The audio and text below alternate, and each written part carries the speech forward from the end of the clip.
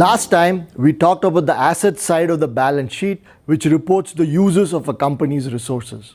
In this video, we will discuss where a company gets some of these resources from, namely the liability side of the balance sheet.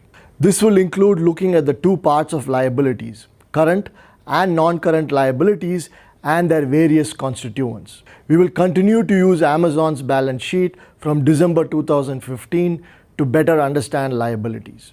Similar to assets, liabilities are also separated into current and non-current liabilities.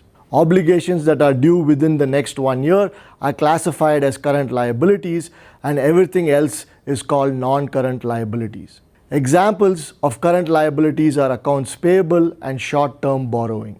Examples of non-current liabilities are long-term debt and long-term lease obligations. Let's take a detailed look at the key items that constitute current liabilities. The first item under current liabilities is accounts payable. This is how much the company owes its vendors and suppliers for products and services that they have already provided or delivered.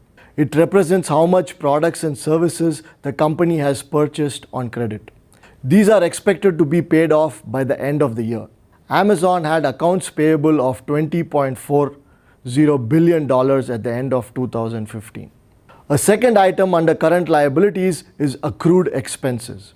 These are expenses that the company has incurred but has not yet received an invoice for. Examples of accrued expenses are wages, interest, and utilities. The company has incurred these expenses as of the balance sheet date, but it has not yet received an invoice for these expenses. Wages will fall under accrued expenses if payroll for that period has not yet been processed. As of the end of 2015, Amazon had accrued expenses of $10.38 billion. Amazon's annual report notes that these accrued expenses are primarily related to unredeemed gift cards, leases and asset retirement obligations, current debt, acquired digital media content, and other operating expenses. A third item under current liabilities is unearned revenue. This is how much customers and clients have paid in advance for the company's products or services. This will continue to be a liability for the company until it delivers the promised products or services. At the end of 2015, Amazon had unearned revenues worth $3.12 billion.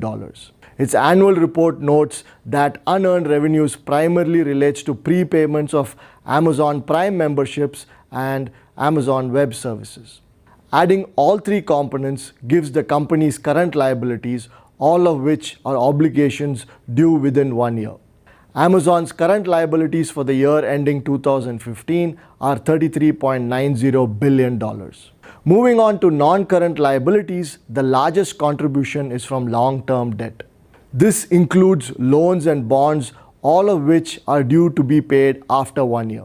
At the end of 2015, Amazon had long-term debt worth $8.23 billion. It had other long-term liabilities worth $9.93 billion at the end of 2015. Its annual report reports that the long-term liabilities primarily consist of long-term lease obligations, tax contingencies, and long-term deferred tax liabilities. Remember, all these obligations are due after 1 year for them to be counted as non-current liabilities. Amazon's total non-current liabilities at the end of 2015 add up to $18.16 billion.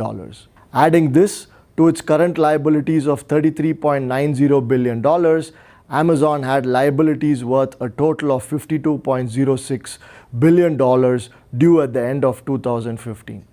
Previously, we saw that Amazon had total assets of $65.44 billion, which is how it had used its resources. Liabilities provided $52.06 billion of the required resources. Where does the balance $13.37 billion in resources come from?